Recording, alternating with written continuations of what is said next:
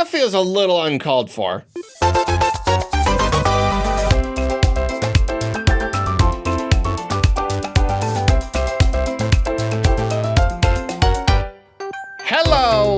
Hello, and I'm not 100% sure, but hello, my wonderful friends, and welcome to another episode of Arlocast. Over the last 6 episodes, we've talked about a lot of different subjects, but I feel that one thing has always been at the heart of what we do here on this podcast: bashing Skyward Sword. And while that's all well and good, today we thought it might be interesting to try something a little different. Our first guest holds the highest, most prestigious honor of being Arlocast's first returning guest. I would say more and make more jokes, but I already made a joke about his last name the other time that I have yet to top, so I'm not even going to try. Please welcome Jon Cartwright. Jon, how are you? Beetle. Beetle? Beetle. I love Your Beetle in Skyward Sword. He's a great guy. So that's a good thing that you're doing okay. Yeah, you're doing Beetle right today. Okay. Yeah. Thank you so much for coming back on.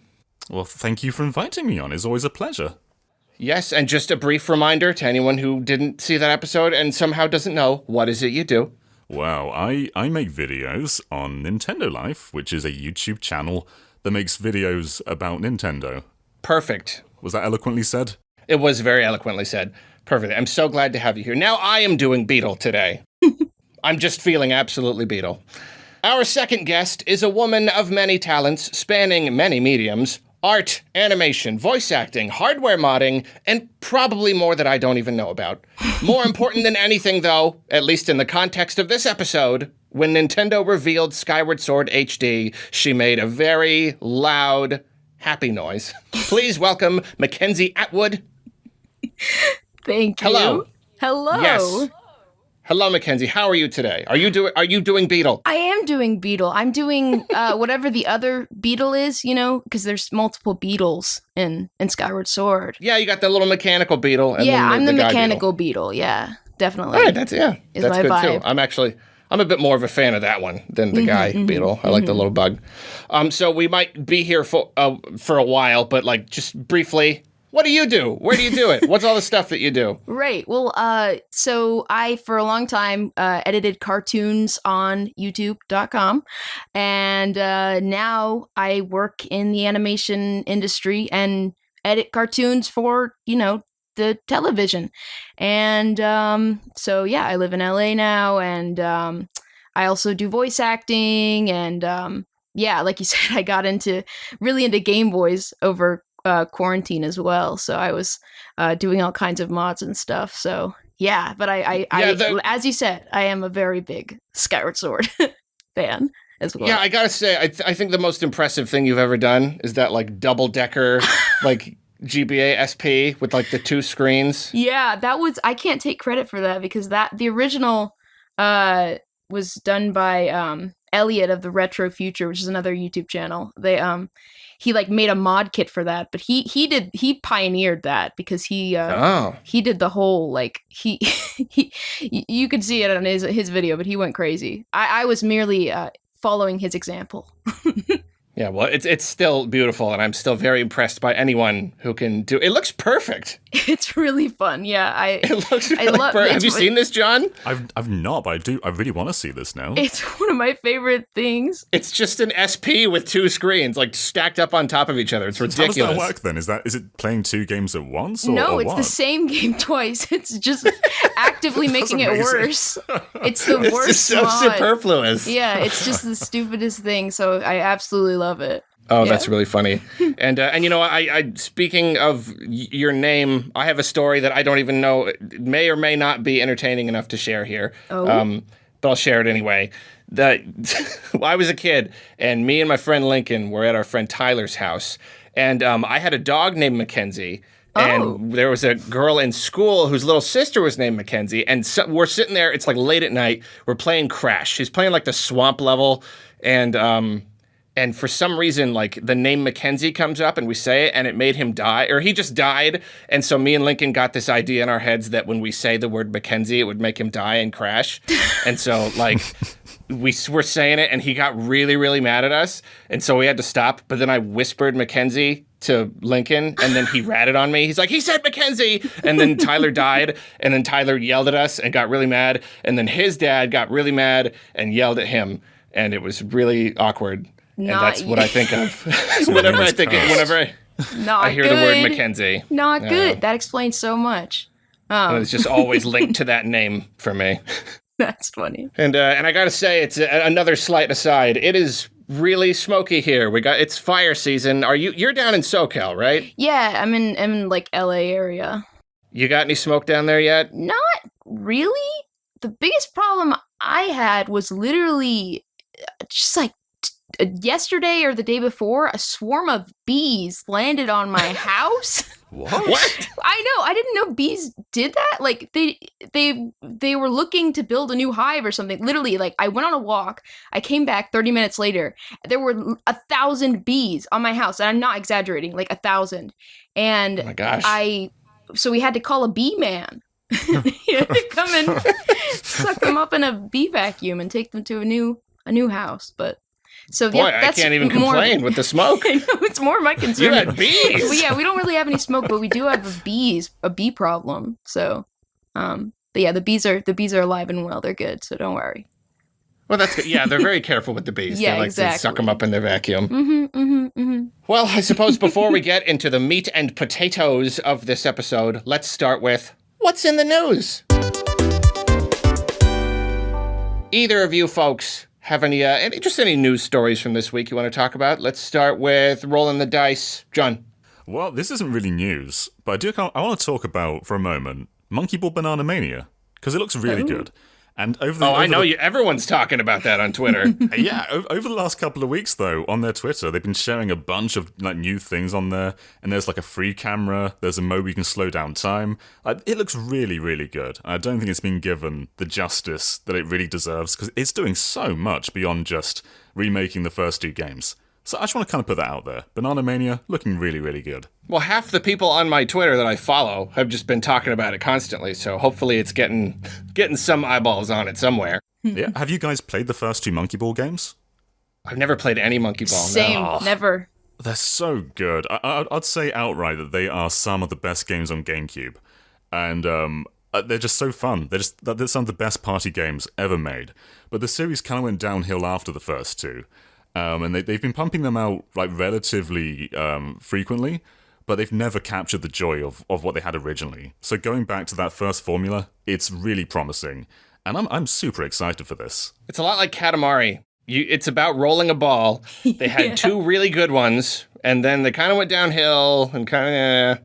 It's the rolling the ball games. What more are you gonna do after you've already rolled the ball? You know, like well, you roll the ball twice, you run out of ideas. Yeah, exactly. It's true. But there's a great mini game in there where you shoot the balls out of a cannon, and then the balls open, and then they become wings, and you fly with the balls, and then you land them on targets. Like it's more than just rolling balls. Oh, okay. That is pretty cool. Yeah, all the little clips I've seen you guys like posting and stuff. It does look pretty fun. I still don't know if it's my cup of tea, but it looks pretty cool. It always makes me just happy when I see like the old franchises like that getting a reboot, you know, or like I'm just like, you know, this isn't my thing, but I'm just really happy for the people who are really happy right now, you know? Because you know how good it feels. Yeah, it's the best. You know how happy it can make you. Mm-hmm. It's a good time. Mackenzie, any news stories? I mean, I guess this is kind of old news, I guess, because I think you talked about it last week, but the Steam Deck is interesting to me, even though, yeah, it's not Nintendo news strictly. It's definitely just funny how it got revealed right after the OLED model. I didn't manage to pre-order one, and I don't know if I'll pick it up, just because I know Valve's, it's their hardware record that makes me a little cautious to make the plunge, you know? Because it's a good one to wait and see on. Yeah, they've made a lot of different Steam stuff that is just sort of, you know, after a couple of years, just sort of gone. And so I want to see how this turns out, but it looks cool for sure. It does. The thought of playing a Chow Garden anywhere, that's so tantalizing. Yeah, yeah. That's the thing is like, I mean, if they're not going to release Sonic Adventure 2 Battle on the Switch, you know, I've waited. I've been patient. and where still is it? No relief in sight. Yeah, like, so maybe I do need to get it, just be a chow machine. That would be pretty good. Yeah, I know. I've been waiting. I mean, ever since, like, the DS, I remember just being like, all right, where's the chow game? Just where? I'm waiting. Even on mobile, like, literally anything. I don't know what their problem is with the chow. It makes so much sense, yeah. They don't get the chow. I remember they brought it back in Sonic Advance, the first one, and it was this very, very simple chow garden. And since then, I was just pining for something a bit more than that. And they brought it back again in Sega Superstars for the iToy, where you sort of wave at your chow and make them smile. But they haven't really elaborated upon that, and it's just been so long. So come on, give us more chow. Yeah. No, I mean, like, you still have this, like, people don't realize how just incredibly deep and complex the chow garden is. Like, there were whole online communities, even, like, years after the fact, of people playing the chow garden. Yeah. So it's like, even just that itself is already so deep. So just, like, expand on it a tiny bit more. You got a whole thing. Yeah, bring back chows. It's time. It's time. It's time. And you know what? They've been, like in the Minecraft thing, there were the chow, and it was in the Symphony, there was some chow. I think they might be thinking about it. If there's ever been a time they might do it, I think it's now. I hope so. It's funny that Valve have this pretty high-powered machine with like 16 gigs of RAM, it's $400, and we're just like, yeah, Sonic Adventure 2, baby. All I want is to play old games. All I want to do is play like old Metroid games and stuff. Like, that's all I want. I mean, if Nintendo's not going to do it, then darn it. Yeah, basically all the stuff I wish I had on my Switch is like all the only stuff I want to play on Steam Deck. It's not good. I think the only news bit that I have is like, we didn't really get any new information, but like the whole, like they got some more info out of the Giga Leak from last year. And there was like kind of more like confirmation that a Chic game from Retro Studios was going to happen at some point, or at least was proposed. And that just makes me incredibly, incredibly sad that it didn't, because I can't even fathom how amazing that would be. One thing made me very sad. There's a Pokemon pinball game being made for the DS, and I don't think that's ever been leaked before, and it just got cancelled. Just kind of didn't do it. Yeah. So much of that stuff just doesn't see the light of day, and it just feels bad. I mean, I don't know. I almost rather might not know, like... Yeah, exactly. Just don't tell me that you were going to make this if you're not making it. Yeah, especially when it's just like one of Nintendo's best studios doing like the game that I've always wanted, that we've just talked about for years and years. Why don't they make a Chic game? Like, and then they give us all this concept art and stuff. Just why? Why would you tell me that? Yeah. A dream come true that just didn't happen. There was also, like, when that came out, there was also that like a Boo game or like a King Boo game or something. That's right, yeah. Oh. And that concept art was so cool. It was super stylized and really neato. And I would love that too. So that was just, and it's, I mean, we could go on all day, especially me, about how like it's sad that there are these such creative minds at Nintendo with these incredible ideas. And it's like impossible to get anything greenlit, especially like really weird, weird projects. I wish Nintendo was willing to do more of those with their properties. Yeah. Like Retro Studios and Nintendo have worked together for like over 20 years now. And in that time, they've worked on Metroid and Donkey Kong. And that's it. And they're some of the best games ever. Like Metroid Prime and Tropical Freeze, easily some of the best games Nintendo's ever attached their name to. But still, just those two franchises in 2 decades? Like, I wish they could have done Zelda and Mario and whatever else. Like, there's so much potential in there. Yeah, exactly. There's so much they could do. And it's really only a handful of games. Yeah, it seems like so much of their stuff just gets canned.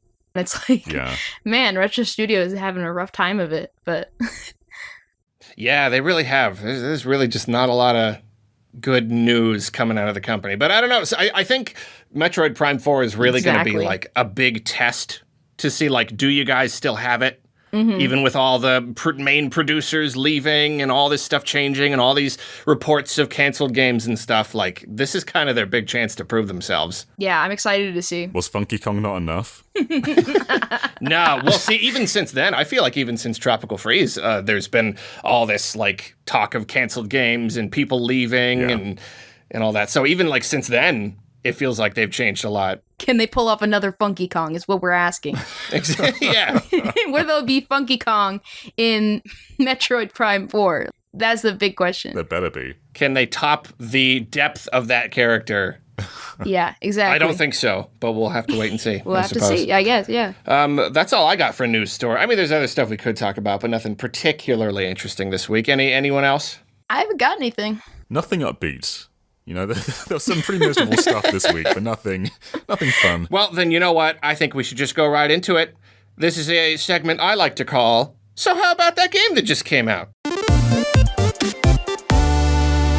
What is the game that just came out? I think it's Skyward Sword. It sure is. Yeah. Who wants to talk about Skyward Sword? Me! Raise your hand. Yes. I don't have any sort of structure to this, but you know, I have been pretty outspoken about how critical I was. And see, the thing is, the deeper I go here, the more I'm going to cannibalize like views on my review that I'm going to do. So I can't reveal too much. Fair. I will say that the improvements, I'm enjoying it a lot more. Just a heck of a lot more than I did before. They have fixed up a lot. Yeah, I love to see all the stuff that they changed because like I feel like it's closer to the Skyward Sword that I remember. You know what I mean? Like how you play a game and you remember it so fondly, but then you go back and it's like, oh, this actually has some stuff that hasn't aged as well. So it does feel kind of like they sort of brought that core gem out of there and freed it from the shackles of Fi and the endless dialogue. And I love the changes. I was definitely like kind of I remember the reveal. I mean, you saw the video. I yelled. I was very excited. I fell down. So I didn't see that part. I didn't post that part.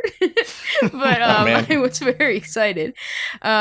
Because this game is so important to me. I mean, the original one came out when I was like in like high school. Like I just started high school, and I was so into it.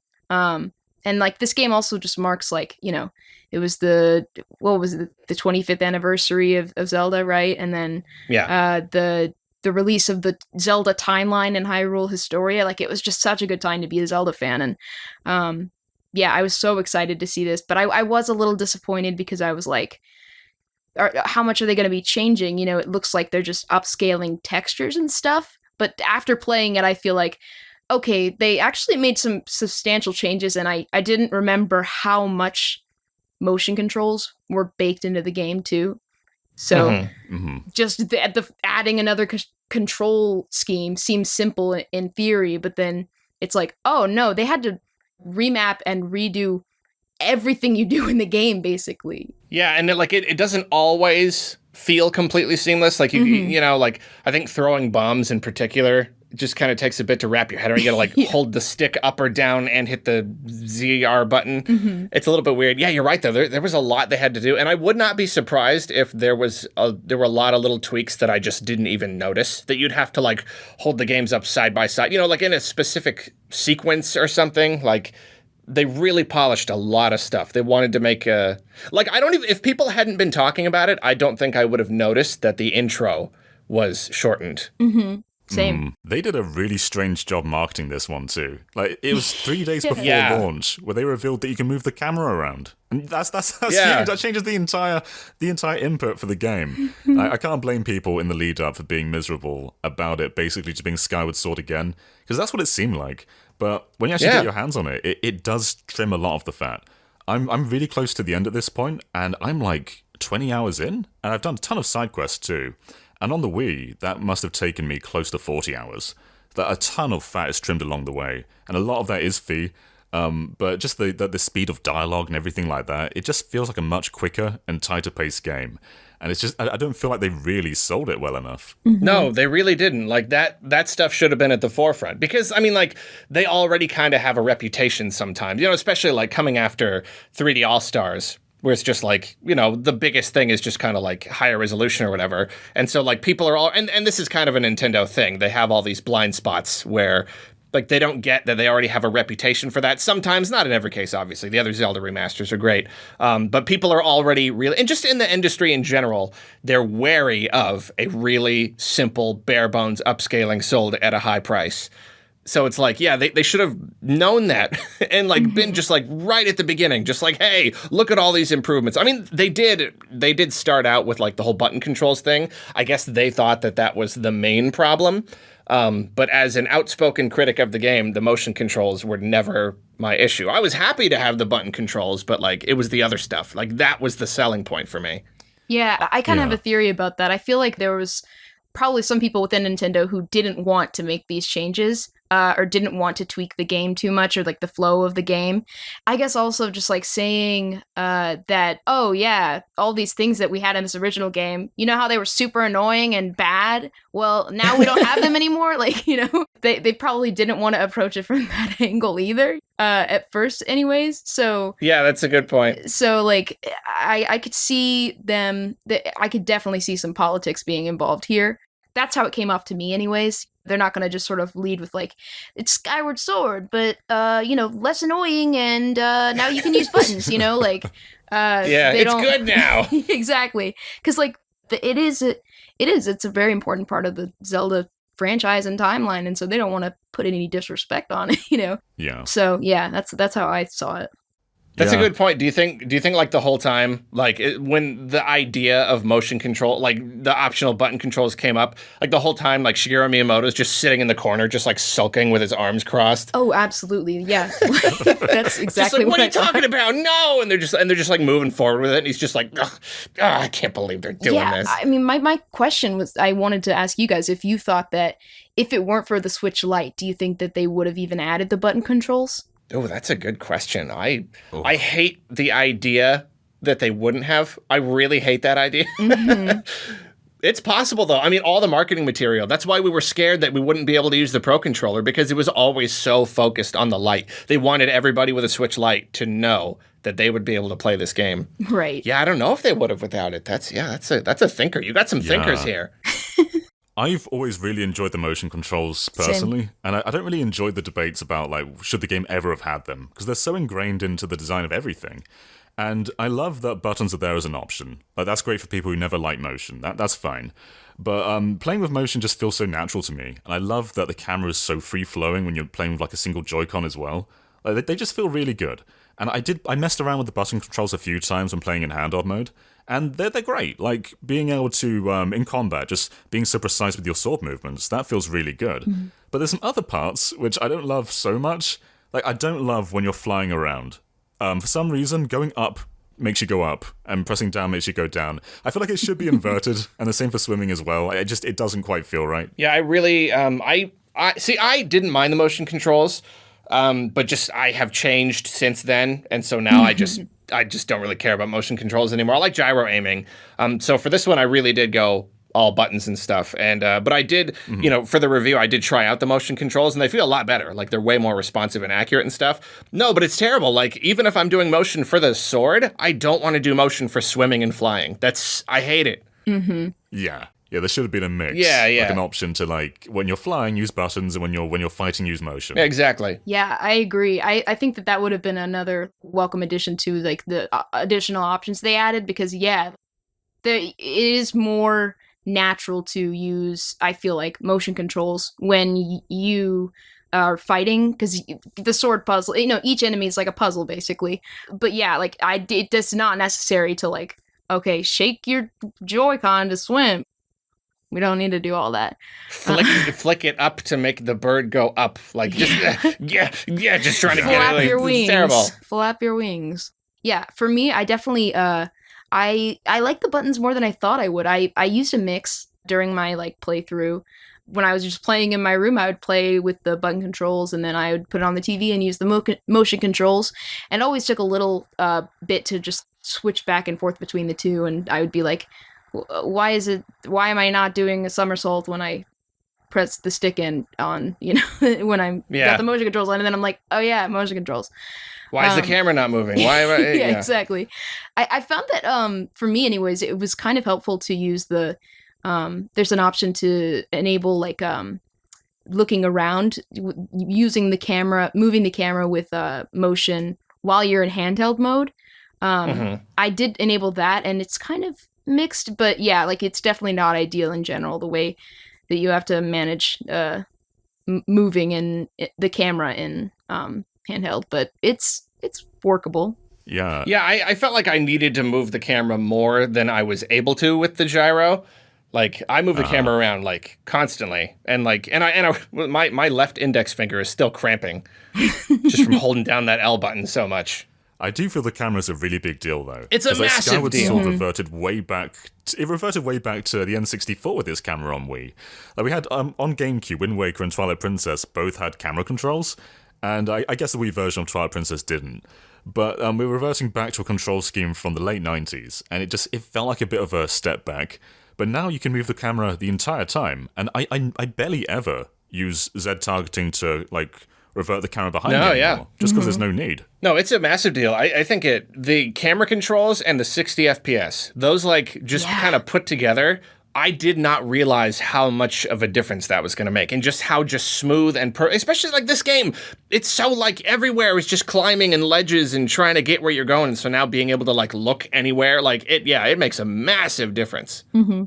And the 60 FPS also helps, I feel like, with the motion controls even, because everything feels more responsive, just snappier, and like when you're trying to mirror 1-to-1 what Link's doing, it's a lot easier, you know, to just wrap your head around that when you're receiving more frames in your eyeballs per second. Yeah, I wouldn't be surprised if I wonder if like just that one thing was enough to just make them more accurate by themselves. And they're like, oh, hey, look, they're more accurate now. We can market that too. The one thing I don't love about the motion controls is just the fact that you have to recenter it so much. Yeah. Because there's no sensor bar like on the Wii. So it's just completely based on gyro. So it works, but yeah, I do find myself recentering the pointer a lot, which is annoying, especially if I'm like if you're trying to play like at a weird angle with the TV, if you're just not right in front of the TV, you know, you'll go off center a lot more. Yeah, absolutely. Yeah, and you kind of have to like keep your hands in position all the time. Yeah. So then like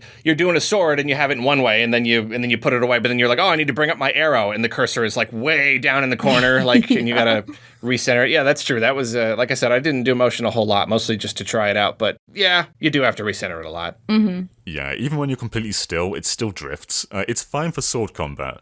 But then you pull out a slingshot or an arrow or the Basquialos, and your cursor's just going to be way in the corner. And it's not a big deal. Like, you press Y and it resets. Yeah. Like, it doesn't take long. But it's just a bit annoying, you know? It does drift. It's really annoying. Joy-Con drift out of control. Yeah. That's what's funny. It's a different kind of drift. Yeah. They got too many kinds of drifts here. Everything is drifting. Yeah, well, I mean, it's because, like, it doesn't have anything to anchor itself. The sensor bar provided that sort of anchor to like, oh, you know, what direction is up? Where am I? When it doesn't have that, it's literally just the gyro controls. It's like, it's just sort of floating around, you know? So it is kind of funny to me that they have to put a button just to recenter it. And I mean, that was a thing on the original as well, where I think it was the down button on the D-pad of the Wii remote made it recenter. Yeah, I think you're right. Yeah, and this takes up a whole face button. It's a little bit of a bummer. There's like funny. Other stuff I wish I could do, but like, you really had to use up a whole button just for that, I guess. What's it do in handheld? I'm trying to think, because like, why isn't that that you couldn't use that with the camera controls. Yeah, it's probably the same, because you can still use the gyro just when aiming. Yeah. You're right. Yeah, the original didn't use the sensor bar for aiming. Like, it was all gyro based still. But the sensor bar would like recalibrate your aiming behind the scenes. So you're not aiming with it. Yeah, it still gave you it will still sort of reset things. Yeah, it gave a reference point, even if it didn't use it while you So it's a little awkward, but it works. It's still definitely the definitive way to play the game, though. Oh, yeah. The HD version. I was thinking about this. I mean, there's just so many massive improvements that make the game feel completely fresh, and so the pointer thing is like, yeah, that's unfortunate, but yeah, there's not really any way to solve it. I mean, I was thinking about like, doesn't the Switch have the Joy-Con, like the IR sensor in there, but that's like on the back, so you'd have to it's on the back. I know, it's so weird. I mean, I guess like, I don't know how you would even put it on the front when your finger goes up there for the shoulder buttons, but like, I don't know, put a sensor bar behind you or something. Yeah, like, I have no idea. But Nintendo always with their weird workarounds. Yeah, I would say like if there's literally anything about the game that's like, quote unquote less good, it's that one thing. But otherwise, then you have 100 different other things. It's definitely like, I know some people will argue, especially like Majora's Mask 3D, like, well, no, it's not just better. It changes all this stuff and it makes it worse or whatever. But like, this is definitely one of those ones where it's like, I mean, it's really the same with Wind Waker and Twilight Princess. These are just better. Like, this is just purely better. This completely replaces the old version, which is very convenient. Mm-hmm, mm-hmm. Yeah, Majora's Mask changed the game. Like, a lot of design elements were completely changed. This is still Skyward Sword. Oh, yeah. Like, nothing is really cut. It's just kind of streamlined. Mm-hmm. Yeah, it's just better. They just realized, it's like you said, they didn't want to admit it, but it's stuff that just kind of stunk and made the game less good. Yeah. And now it's just not. I think I prefer still the treatment they gave Wind Waker. I mean, I'm also just biased because Wind Waker is my favorite game. Oh yeah. But I liked the visual facelift that Wind Waker got. Mm-hmm. It was a bigger upgrade, and honestly, going back to the original Wind Waker, those visuals still look amazing now, just because of the cel shaded style. So, yeah, I'm thinking now. I want to talk about like the visual style of the game, if you guys don't mind. Please. Sure. I just want to wax poetic for a second because I love, like I said, love Wind Waker.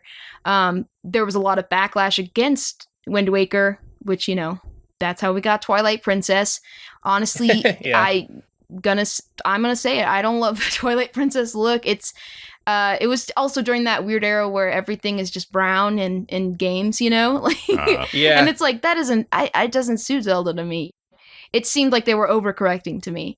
And then, so for me anyways, Skyward Sword seemed like the perfect sort of marriage of those two styles, where it's like, we can have realistically proportioned, or, reasonably realistically proportioned people, and he could be like a human person, but we can have colors also, and we can introduce that. And yeah, I love the style of the game. It's something that I was also concerned about with the HD remake, because so much of the art style was influenced by the hardware limitations of the Wii, because they made it have this like sort of painterly style where everything in the background was sort of blurred, almost like a impressionist painting, just because they couldn't render it on the Wii.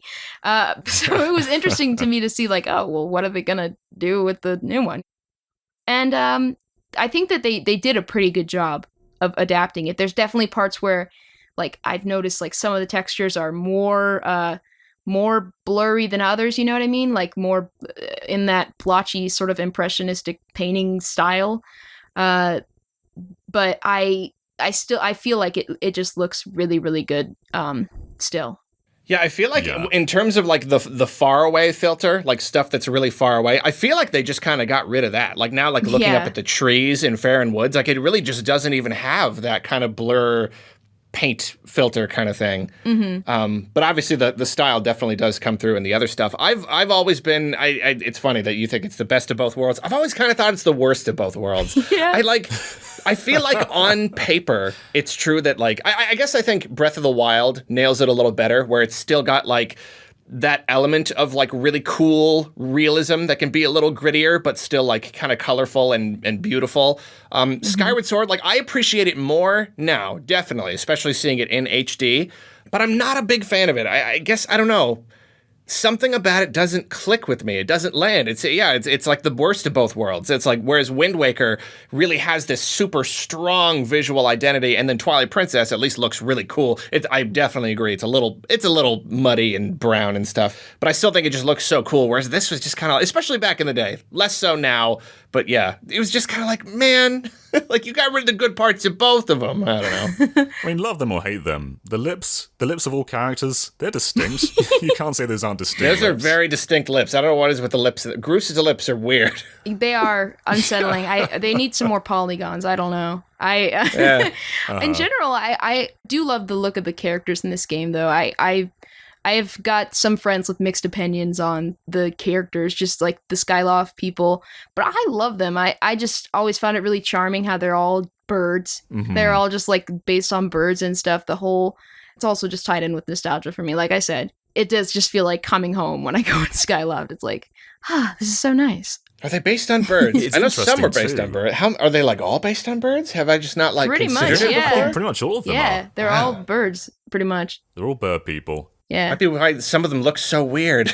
They're birds, bro. Like, they're birds. Oh, man. You're right, though. Like, returning to Skyloft is really cozy. And this game does have a lot of heart. And it's interesting how that's all kind of encompassed within Skyloft, because that's really the only town in this game. Yeah. Other Zelda games have tons of other places, but everything kind of revolves around Skyloft. Like, basically the one market is there, all the side quests are there, and that kind of makes everything feel really condensed in a good way. It's a great little town. Like, it's a really good Zelda town. Oh, yeah. Mm-hmm. Yeah, absolutely. I was just going through the side quests, and I was doing that bar one with the harp, and that took a while, but I had a really good, warm feeling just playing through and just talking to all these characters, and it just feels good to mosey your way around Skyloft. Yeah, it kind of like doesn't even matter what's going down on the surface or all the evil stuff going on. You go back into Skyloft, it's just a bunch of people enjoying their lives, just have no idea what's going on. Yeah, I love how there's just so many little things I love about it, like the way that the houses are like nestled into the side of like the hills. Mm-hmm. Yeah. Just the way that the bridges and like overlapping structures, the verticality of it in certain areas. The way that there's like so many little secrets and stuff that you can find, like that one treasure chest you have to wait to open until you can swim. I really, really love Skyloft. But like you said, it is very cozy. I would have loved to see more towns, and that is something that I felt like this time around. I was like, yeah, no, I miss, Breath of the Wild had like so many different locales of like, not just, it is nice to have traditional dungeons and stuff, and I think I can appreciate them more now after playing Breath of the Wild, honestly. But like, yeah, it did make me miss like, man, I wish that there was just like a town in each of these places where people were just vibing and living, and it was like not, the monsters were not there, like it was just a peaceful little spot. Yeah, because you have all of these different races and NPCs, but there aren't a lot of like just places where, like towns. That's really it. There's really no towns. Yeah, where do even they though there live? are people living down there. Yeah, exactly. Where's their houses? I assume the Magmas probably do have a town. It's just way down underground somewhere, and you just can't get down there. That would have been sick to see, honestly. That'd be really cool. Skyward Sword, more like delightful gourd. I don't know what that means, but now it's time for a word from our sponsor. This episode of Arlocast was brought to you by my friend Charlie. Okay, he's less of a friend and more of an acquaintance I occasionally see at the Saturday farmers market. But he told me he'd sponsor my show if I read his message to my listeners. Okay, well, I mean, it's not so much that he agreed to give me money, but he did let me ride around the City Hall parking lot on his motorized scooter for a little bit, which is pretty cool. I told him to text me his message, and I think he just did. Let me see. Yeah, here it is. Arlington smells like onions, lol. Okay, that feels a little uncalled for. I do not smell like onions. I mean, I had indeed purchased some onions at the market that day, and I might have sampled one or two as I perused the other stalls, as a market goer will do. Jeez, and he didn't even get my name right. It's the autocorrect. Never mind. Honestly, it was worth it for the scooter ride. Now back to Jon Cartwright and Mackenzie Atwood. Well, I think we're touching on a grander point, really, because everything in this game is a level, really, rather than an overworld. And at the time, that was quite disappointing, because we went the entire Wii life cycle without our proper Zelda game. The launch one was Twilight Princess, which, unlike Breath of the Wild, which feels like a Switch game, that felt like a GameCube game with motion controls in it. Yeah, very tacked on. Very tacked on, yeah. And so we went like 5 years without our Zelda, while the DS was living it up with its two Zeldas. And then we got it, and it was like, I liked it at the time, but I was just a bit disappointed that it wasn't this big, grand open game. But now we've had Breath of the Wild, I think I can appreciate something that's far more linear. This game kind of completes the things that Breath of the Wild doesn't have. Like, it's entirely about dungeons and puzzles and just this linear, just sort of, I guess, very purposefully linearity. Is that a word? Linearity, yeah. Linearity. There's something in there. Yeah, you know what I'm saying. But it's basically just very deliberately designing levels rather than building overworlds. And I do kind of appreciate that in like a post Breath of the Wild world. Yeah, that's me too. I in fact, I didn't even I knew there was something that I was missing, about how, because that's what's funny, and that's a big thing, is a lot of people get mad because they're like, all Zeldas are linear. What are you talking about? Skyward Sword is linear. And it comes down, like, playing it now, I feel it more than ever. Like, it's kind of just, it feels more linear because you don't have as many open areas to kind of explore. And that's what I didn't really get until this playthrough. Oh, the overworld itself, it's also a dungeon. It's one giant dungeon. Mm-hmm. And that's why it kind of feels more linear, because that can kind of feel overwhelming after a while when it's just everything you do is a dungeon, just trying to get through it. But yeah, again, like in a post Breath of the Wild world, that's also, I've appreciated it more now than ever. How it's just like, it's still so well designed, and it's really nice to have, just all dungeons all the time. Oops, all dungeons, basically. Yeah, I sort of, I've been watching a lot of impressions and stuff about it, and I think it might have actually been on Nintendo Life, but I'm not sure. The point was made, it's sort of similar to the way that, like, now we can appreciate Mario 3D World more, because we've had the sort of open world. Yeah. I mean, not open world, but open world Mario sandbox game and Odyssey. Yeah, sandbox Mario that we wanted. And so that sort of scratched that itch, and we were like, and now it's like, oh yeah, we can go back and appreciate, like, oh yeah, this is the classic. This is the Mario we remember. And it's sort of the same way with Skyward Sword, where going back to it now, it's it's refreshing. Whereas at the time it was like, oh, this is, a cliched, stale Zelda experience or whatever. We're sick of the dungeons. Now it's like, oh, dungeons. Fun. These are cool. Linear was never a bad thing. Like, linear is often used as like a critical word, but being linear isn't bad. And I feel like Skyward Sword has some of the best dungeons in the whole series. And there was one point the other day where I went through the mine, and then I went on to the what's it called? The dungeon where there's like the underground bit and the higher up bit. Yeah. What's the name of that one? The Ancient Cistern. And then afterwards, the Ancient Cistern, is that, because that's the one where you're swimming around.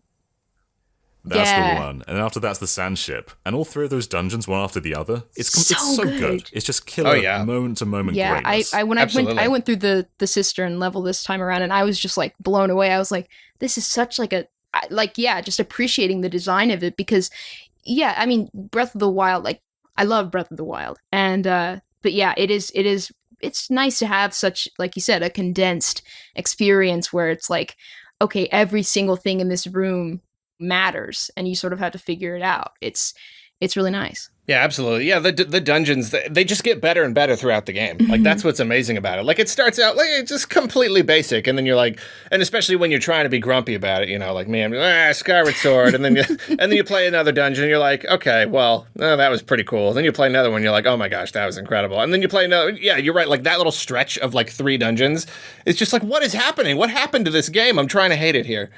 I'm having a hard time. I feel like, that's, to me, that's probably one of my favorite stretches of the game. Also, I love just the sequence with, like, the time shift stones. Anything with the time shift stones, love. That's like engraved in my memory. Yeah, like, it's such a cool just visual, seeing, like, just, the time shift stone and everything else around it is desert, and you're just revealing what was there before. You're resurrecting these enemies just to kill them immediately. I feel bad for the bokoblins who, like, I mean, I'm assuming they just sort of died there in the desert, and then they're like, hey, I'm back, and then you're just like, bye. Just kill them anyway. Yeah. Well, that's the thing about the whole, I can't even go into the whole, like, how the time thing actually works, because it doesn't make any sense whatsoever. Yeah. But it's great. It's a mechanic. It's phenomenal. Yeah, it like, there's so many things. It's definitely one of those things that makes you feel like a genius when you figure out the solution. And I'm like, oh my god! And that's the best thing that a dungeon can do, in my opinion, is make you just feel really smart. Exactly. It's incredibly good. It's definitely like Nintendo has this thing sometimes with a lot of their games where they'll have a really good idea and it'll just be in that one level and that'll just kind of like be it. But like, I think they realized that this was the best mechanic in the game. And like, and that's why you see it again and again. And it's one of those ideas where like, it's already such a good idea. And by the end, you're like, they explored that idea to its fullest potential. I am 100% satisfied, and even went even beyond what I would have expected that they could do with this thing. Yeah. It's perfect. It's wonderful. It's definitely like the highlight of the game. Yeah. As far as dungeons go. Yeah. They I feel like that with the sometimes, especially like we're talking about 3D World, it's like definitely one of those things where they introduce a mechanic and then they're like, okay, I'm done with it. They'll teach you how to use it. They'll use it for a bit, and then they'll just say, "Yeah, okay, whatever," and move on to the next thing. So it is nice to see them like really like slowly, and the fact that you keep coming back too. They keep building on the mechanic, and it just something so satisfying about it. Yeah, I just really love the way they handled that. I feel like that that stretch of like the ancient cistern going into the sand ship, that's like my favorite stretch of the game, and I feel like after that it kind of lags a bit, but then it definitely picks up again. Yeah, that's one thing that I think it's kind of a good thing and a bad thing, how you kind of keep returning to the areas. Like, it can feel really repetitive and just like, really, there's only 3 areas in the whole game. Yeah. But then there's definitely good that comes from that. Like, then it is fun to kind of progress through the area and return to the themes and kind of twist on the themes and open up new chunks of it. So it's like, it's kind of, there are pros and cons to that style, the format, I suppose. Yeah, I'm mixed on it too, for that same reason, where like it is nice to like I remember being like, there's only 3 areas, but like it is kind of cool, the idea of just like returning and like, delving deeper into the same area that you were in before, because now you have new tools that you got from that other place. Yeah, exactly. So it can feel like repetitive, where you're like, come on. But then it is nice also, like when they introduce like a twist on it, where they're like, okay, we're in the desert, and then like now we're in this whole sea of sand, like it's a different vibe. Mm-hmm. Yeah, I think we were kind of touching on this, how it dips after the sand ship. Yeah. And I don't mind it when we return to other areas and then open up an entirely new place within that area. But then after the final fire dungeon, all of a sudden it's like, hey, let's go back to those areas again. Yeah. But instead of having something new, what if we flooded it and you've got to go and find some tadchins?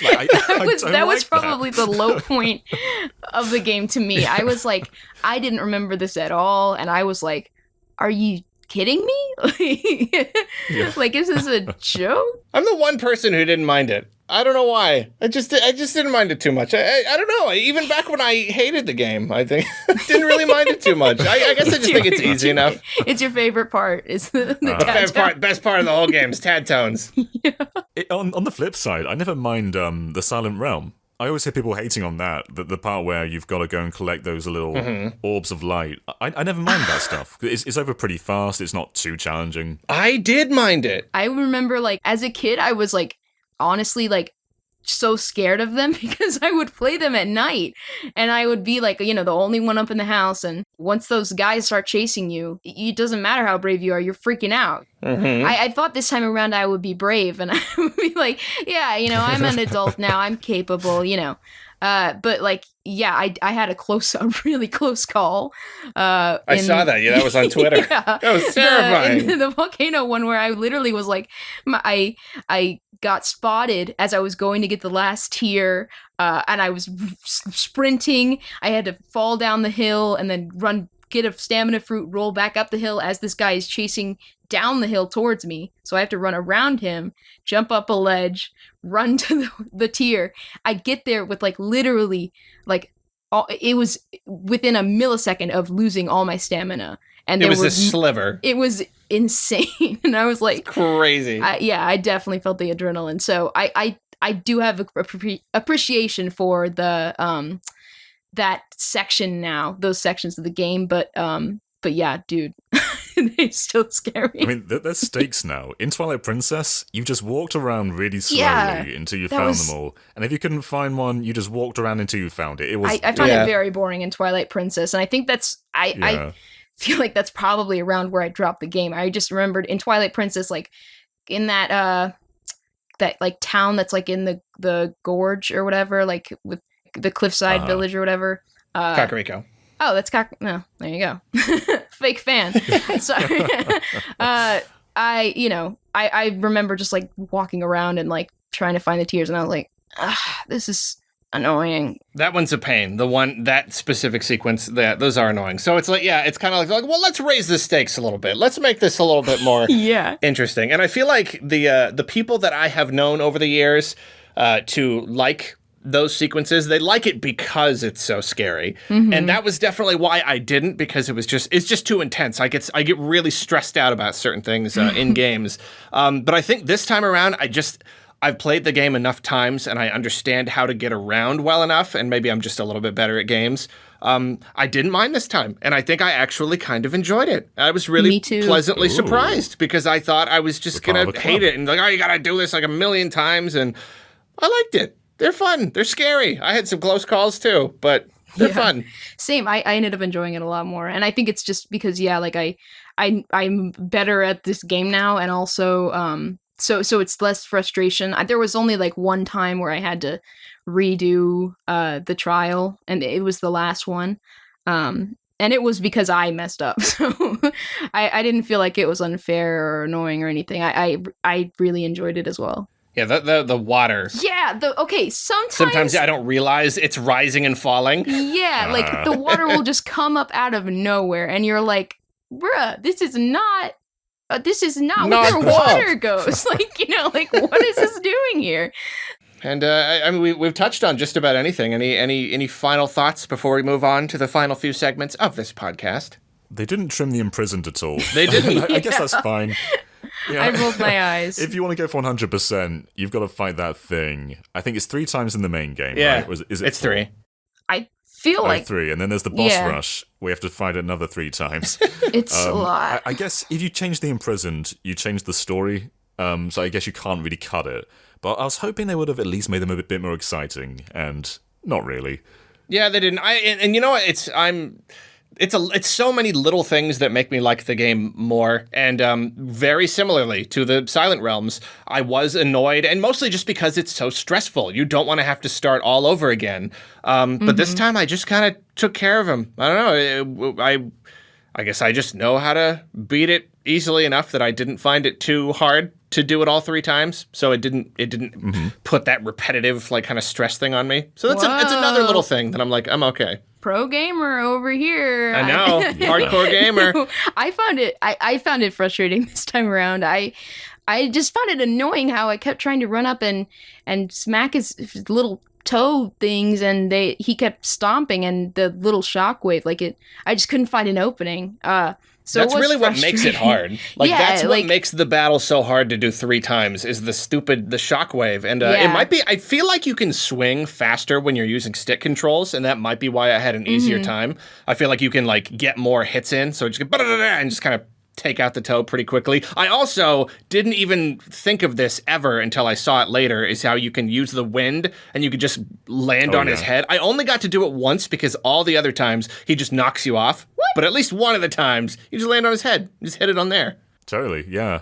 Well, speaking of things we never noticed originally, I didn't realize you can do a Skyward Strike and hold it and then do a spin attack or thrust it, and that makes your attack even stronger. I never knew that. Yeah, you know what? I never think to use a Skyward Strike on his toes, and I should, because I'm sure that makes it a lot easier, and I just never remember to do it. It actually doesn't to me. I mean, the problem is you just have to get so close to him, and so, if you're not, you pretty much have to run to keep up with him, especially as he gets faster, so it's not really super practical. I mean, even when you can charge your Skyward Strike faster, it's still I don't know. I found it a little unwieldy, those boss fights, but they're not perfect. They're not too much of a hassle.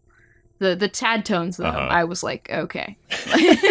There were some of those the tad tones, there were the other sequences in the other areas I felt like were cooler, the one where you have to get all your stuff back. Yeah, this one's it's really just hide and seek. Anytime it just kind of comes down to hide and seek, it's not super exciting. Pretty much. I found it fun. And it's right before the end of the game too, isn't it? It's like it's just kind of the flow just kind of goes. Yeah. It definitely just dragged it down a little bit, and it felt like okay, at this point, it's like we've returned to these areas quite a few times. I feel like we get it. What did you guys think of the Sky Keep? Oh, like finally getting the Triforce was a good feeling. I can't go too spoilery. Okay, we don't have to talk about that then. Oh, okay. It is a very cool. Yeah, I at least got to draw. It's funny because we are getting like not super story spoilery, but kind of mechanic spoiler. So I actually don't know how far to go. Fair enough. Yeah, you're right. I have no idea how far. We can't let them know you get the Triforce in the Zelda. In a Zelda game. Yeah, like that's and the Master Sword. No, yeah, I don't want people to be spoiled. So yeah, exactly. Well, any final cleanup thoughts?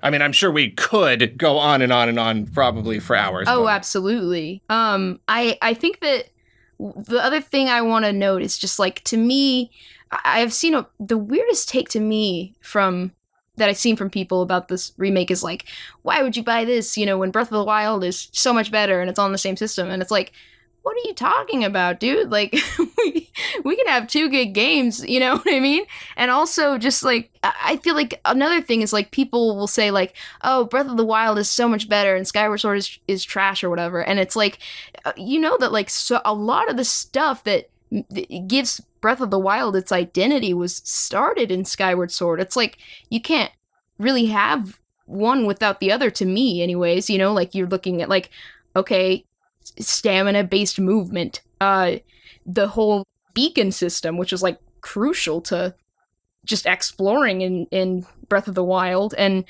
just the idea of like gathering and upgrading your stuff, that those are all ideas that are fresh for Zelda that started in Skyward Sword.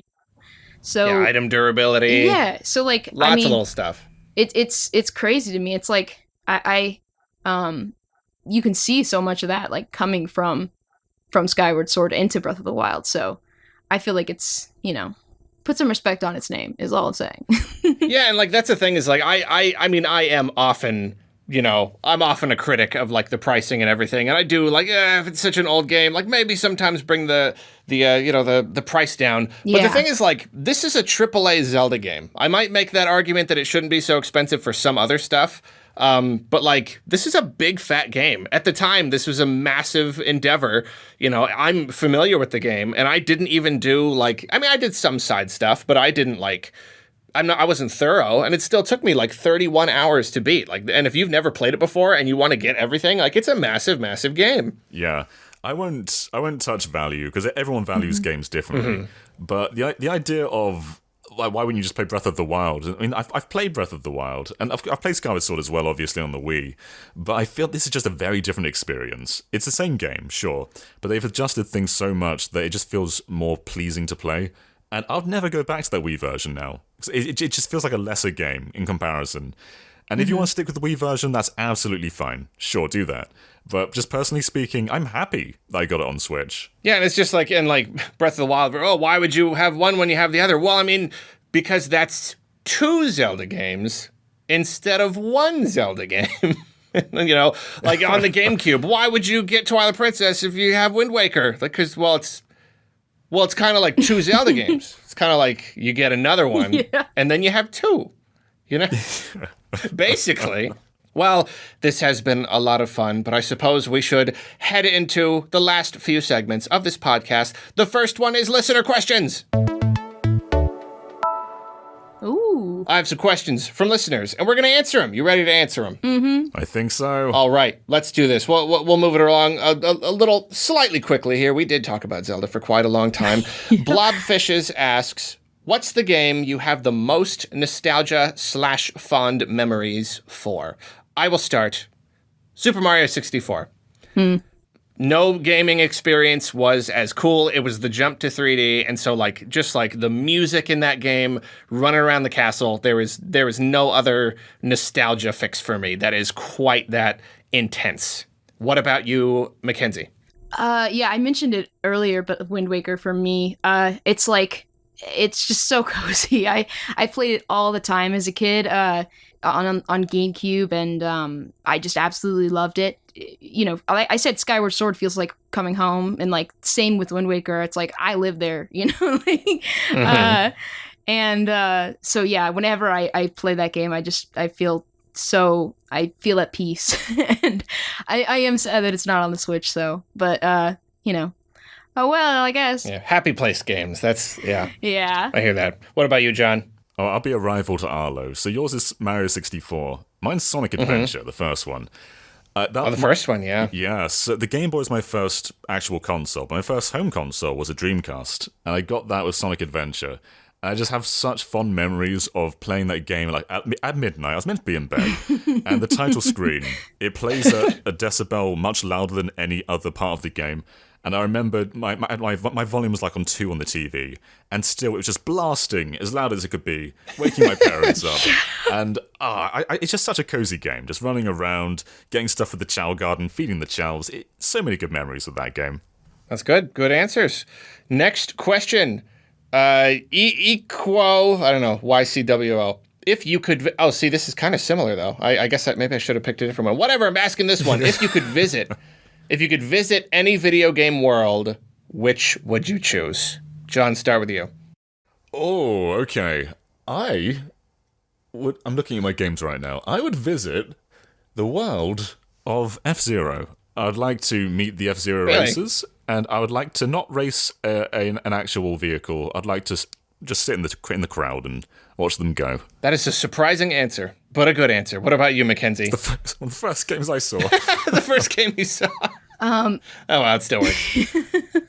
I mean, I feel like it'd be cheating if I said Wind Waker again. You can pick Wind Waker. Whatever you want. I mean, it's Wind Waker. Like, I'm gonna be real, you know? Like, it's always gonna be Wind Waker for me. Sailing around. Yeah. To mix it up a little bit, maybe I'll say Animal Crossing. Or maybe I'll use a technicality. I'll say I would like to visit the world of the Avatar The Last Airbender GameCube game so that I can visit the world of Avatar The Last Airbender. Nice, you got the loophole. Exactly. Perfect. Mine, it's a hard question. I'm tempted to say one of the Mario or Kirby levels based on food and cake and stuff. Mm-hmm. But it's hard. Like, I guess visit is different from live in. Because if you're talking live in, it's got to be a nice place. Really like, Stardew Valley or Animal Crossing or something. Mm-hmm. But if it's just visit, I think Shadow of the Colossus after all the Colossi have been killed. Ooh. Can you imagine just like spending weeks just like exploring just a giant place and just, I don't know, camping, and it would be very eerie, but it would be very cool. I think that might be my pick. Yeah, that's a good pick. Sounds sick. And final question. Noah asks, what's a weird dream you had recently? Anyone have any weird dreams? I'll start with mine just because I picked this one just because I was sharing this on Twitter the other day. How I was in like a Star Trek starship, except it was like a mall. It was like a mall and a starship, and I was Rom from Star Trek Deep Space Nine, and I like heroically went and did something with the warp core, even though it was full of like radiation, and I saved everybody, but then I ran around the ship crying and trying to find a science officer to tell me if I had been contaminated. I don't know where that came from, but that's a weird dream I had recently. COVID-19 vibes. I know, right? Yeah, it was really weird. It just like, and then like even at the time, no, like you can't run around. You're contaminating other people. You can't, whatever. Right. John, anything? I'm trying to recall my last dream. I've had bad dreams. Can we touch upon those? Give us a horrible dream. Give us your worst one. It's not like the worst dream in the world, but basically I work out in a shed. So all my stuff is in here. And it's a pretty okay shed. It's quite big, there's lighting in here, and it's where I keep all my games and things. And I had a dream where I got up in the morning in my dream, I went outside, and the doors just completely busted open, and everything was just gone. And it was so real that when I got up, I was just convinced that everything was gone. And I got out there, and it was fine, but it just felt so real, you know? Mm-hmm. Mm-hmm. Yeah, those were like realistic. You're like, at least make it weird so that when I wake up, I know it was just a stupid dream. But if it's like the realistic, real life stress dreams, you're like, come on. That's not fair. Yeah, and if you were to like burgle my shed, it would take a while. Like I don't imagine people can just put stuff in a suitcase and go on out. So it'd have to be a pretty a pretty planned thing. All right, what about you, Mackenzie? Any weird dreams recently? I had one. This was probably like a month ago or so, but I just remember it because it was like I only remember the end. It was like my college roommate was in there, and we were like going through this whole dungeon. It was like a Zelda dungeon almost, actually. And we were going, there was certain rules or something you had to do within this place, and like there was something that was going to happen that was bad if she like went into this other room. And so I was like trying to call out and like tell her like, don't go in there, you know. And I remember I was like trying to yell louder and louder, and then I literally yelled. I literally woke up because I was just trying to be loud enough to stop her from going in there. So I was like, "Hey, stop!" You know, and then I was awake. And my roommate was like, "Hello." It was probably the water temple, and you were probably like, "If you go in there, you'll change the water level, and I won't know how to get it back." Exactly. You have to fight an annoying mini boss. Yeah. You know, I should have made this a section called "What You Been Dreamin'." That's what that would have been better, but oh well. Too late for that. Well, those are good dreams. Let's move on to the next section, and it should be pretty obvious, but whatever. What you been playing? So what have you both been playing recently? We can't say Skyward Sword, can we? Is there anything? I don't think I've picked up a single other video game this last week that was not Skyward Sword, so that is my answer. Anyone, anything else, though? Yeah, I mean, for me, Skyward Sword has definitely dominated my time since it came out. And before that, it was kind of quiet, honestly. I mean, I was also just busy with work, but it felt like for a while there were no releases that I was, like, super pumped about. Recently, though, this was, like, again, like a month ago or so, I finally beat Minecraft after playing it for, like, 10 years.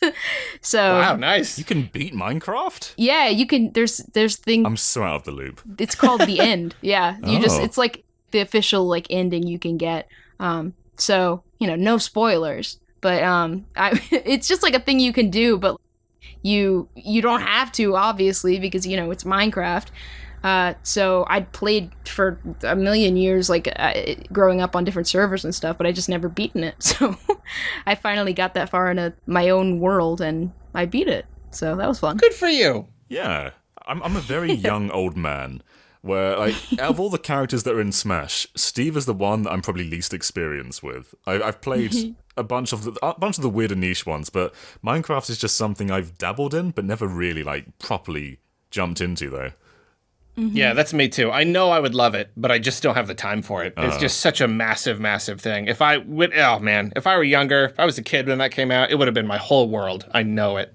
I mean, that's basically where I was at. Like, I loved that game growing up too. And yeah, it is still fun to revisit sometimes, but I definitely don't have the time to, like, jump into it as much as when I was growing up. But yeah, I've slowly built up this little world from nothing, and then finally beat it, and I was like, that was really satisfying. That's awesome. Yeah. That's good. Good for you. John, did you say, is there anything else you're playing recently, or did you already go? I'm doing Ring Fit Adventure, actually, for the last... Oh, you are? Yeah. Nice. I'm on day 12. You and Alex, right? Yeah, me, Alex, and Zion as well. We're all doing a 2-week challenge where every day we've got to play Ring Fit Adventure and post proof of our gameplay. And like the first 3 days, it was tough. My body was jelly, and I couldn't do anything. And just for reference, I don't exercise. I never exercise. So just jumping in and doing like half an hour a day was quite taxing. But after the third day, it kind of felt normal, and I've been feeling a lot better in my general life. I have more stamina. Hey. I can sort of feel a bit healthier, and I think I'm going to keep this up even after the 2-week. Goal. Nice. Yeah, well, I'm a total exercise freak, so I don't even need Ring Fit Adventure. That's not... You laughed before I said I was kidding, and I'm mad at you. No, when I was doing it for the review, I haven't played it since I did it for the review, but when I did, like, it was awesome, and it's a really good workout, and it's great, and I've been wanting to, and I just... don't do it, I guess, is like my answer. I just kind of don't. Yeah. I need to, though. It's super good. I really enjoyed it. I feel like Wii Fit was good in its own way, but was kind of limited in what it could make you do. But the ring is really like It changes everything. Like, there's so many exercises. I was gonna say, like, it's kind of hilarious to me, like, the gap between, like, the demanding nature of Ring Fit Adventure versus Wii Fit. You know, the leap they took there is crazy, because, like, Wii Fit would be like, you know, clap your hands, step on this board, step off the board, step on the balance, and you know, Ring Fit Adventures, like, you know, feel the burn, you know, like, I'm gonna make you sweat for this, you know. And I'm gonna make weird, creepy comments about your sweat. Yeah, exactly. Your sweat is so shiny and beautiful. It's a lot. Yeah. But because it's an RPG though, it does really push you. Like you see like a health bar. It does. You've got to complete that health bar. You've got to get it down. Exactly. No, completely. Like, that's really what motivated me. Is like, you turned it into an actual game, and you're like, oh man, I got to do this yoga move 5 more times to beat this guy, but I gotta beat this guy. It really pushes you, drives you to keep going. It's fun. Yeah, it's just fun. I think it's the best-selling new RPG IP of the generation. That's hilarious. Yeah, I think so. The speed runs for me, or for that game, are what do it for me. Is just like, because you just have to be. I mean, you just have to be absolutely ripped, you know, in order to do a speed run of this game. That's amazing. I didn't think of that. Yeah, there's like a speed running community, but it's a very intense challenge. Yeah, they got to get that on GDQ sometime. That sounds too fun. Yeah. But speaking of that, real quick, did anyone tune into GDQ? Either of you into that kind of thing? Into watching speedruns? I tuned in every now and then. Honestly, I've never really... Yeah, there's some really good ones. I've never really been a speedrun person. I don't know why. I've never really... It's never really clicked with me. Yeah, it only a few years ago for me. It's really weird. I definitely, like, I was one of those people like, what's the point? I play the game to enjoy it, not to go... Just completely not understanding... you know, what it's about. But then, like, I don't know, I watched like a 3 or 4 way Super Metroid race. And just, I was like, oh yeah, I get it now. Like, I get it. And so, yeah, GDQ happens, if anyone doesn't know, happens twice a year. They just had the summer one, but they're super duper fun.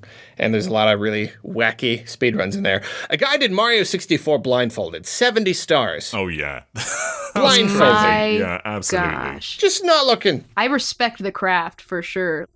I love, like, the idea of people, like, finding new ways to break the game. There was this whole, like, idea in Wind Waker of breaking the barrier the first time you go to the castle or whatever. Oh yeah, that was a big thing. And, like, it was like a 10-year thing, and, like, somebody finally did it and everyone lost it. And so I love that for them, you know. Yeah. But yeah, I was watching an archived Zero Mission speedrun.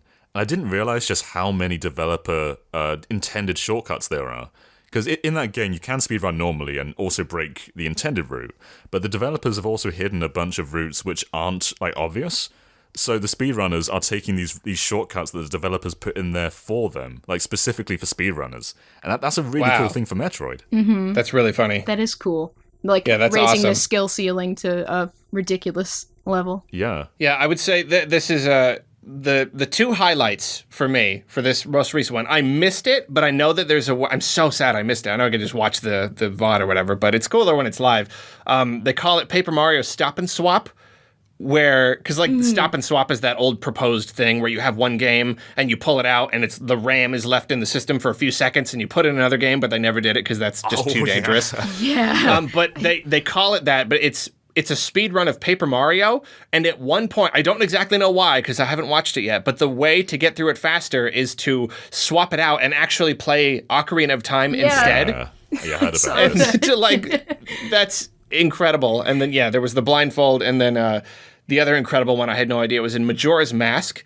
Apparently, like, this is a thing. Didn't know this was even possible. There's one point where they name their character a specific string of characters, and, like, that, and then combine it with, like, 2 places where Link is facing in specific directions. This actually puts that, it writes a new line of code into the game. Yeah, that's insane. To change it. That's crazy. What, like, that blew my mind. I wrote a line of code into the game. I can't even, it's just... It's That's so cool. Next level. I love it. Speedrunners are next level, and we can insane. never be within their presence. Mm-hmm. No, they're superhuman. Yeah. I love it. Well, okay, let's move on to the very final segment of the show, and it is What You Been Eating? Mackenzie, what you been eating? Any just notable meals anytime recently? I'm a bit of a popsicle addict.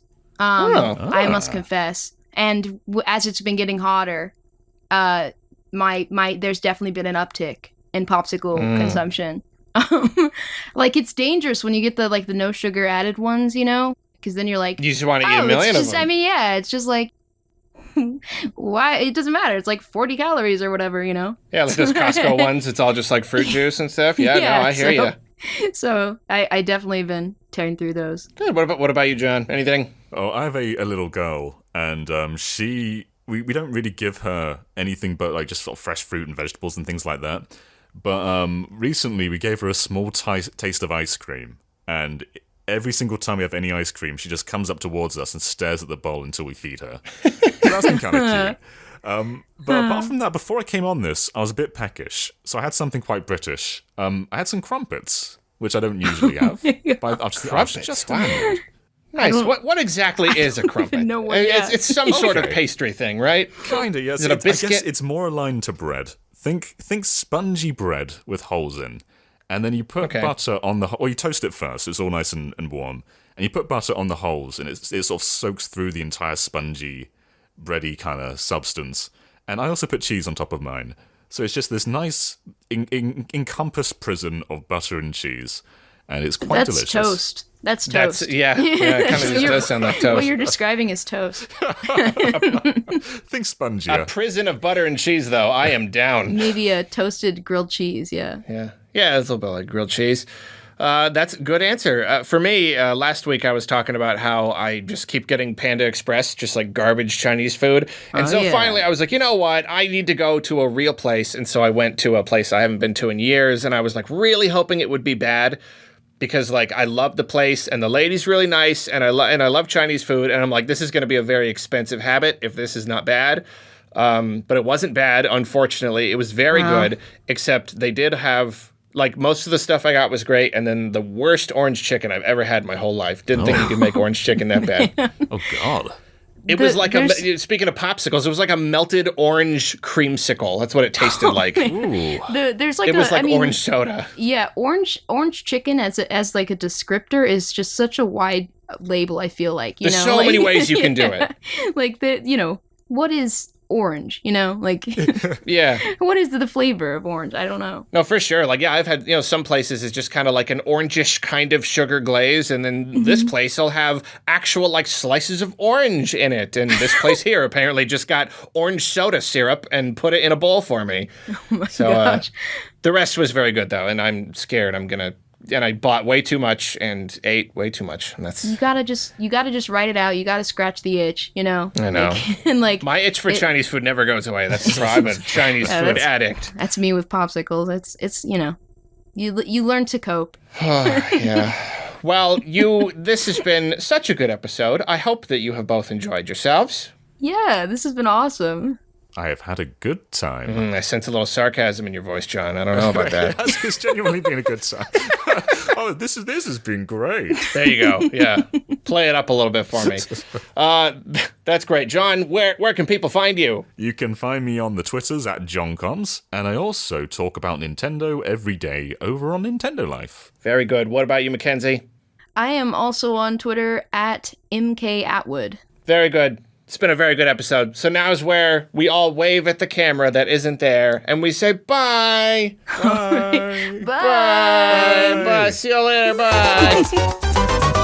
And that, my friends, is the end of another episode of Arlocast. Do you think it was a nice change of pace to say some nice things about Skyward Sword for a change? I thought it was fun. That was a good time. One final thanks to our guests, Jon Cartwright and Mackenzie Atwood. Be sure to follow at Arlocast on Twitter for updates and to submit questions and stuff like that. This episode was edited and produced by Chris Jones. All the music you have been enjoying was created by Northman. The Arlocast logo was created by Mario Castañeda. Links to all socials, channels, etc. for all guests and artists, along with an address for business inquiries, can be found in the show notes.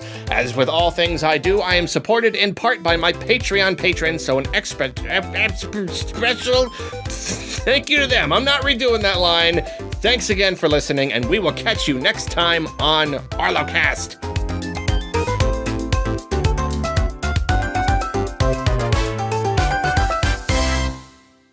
Catch you on the flip side.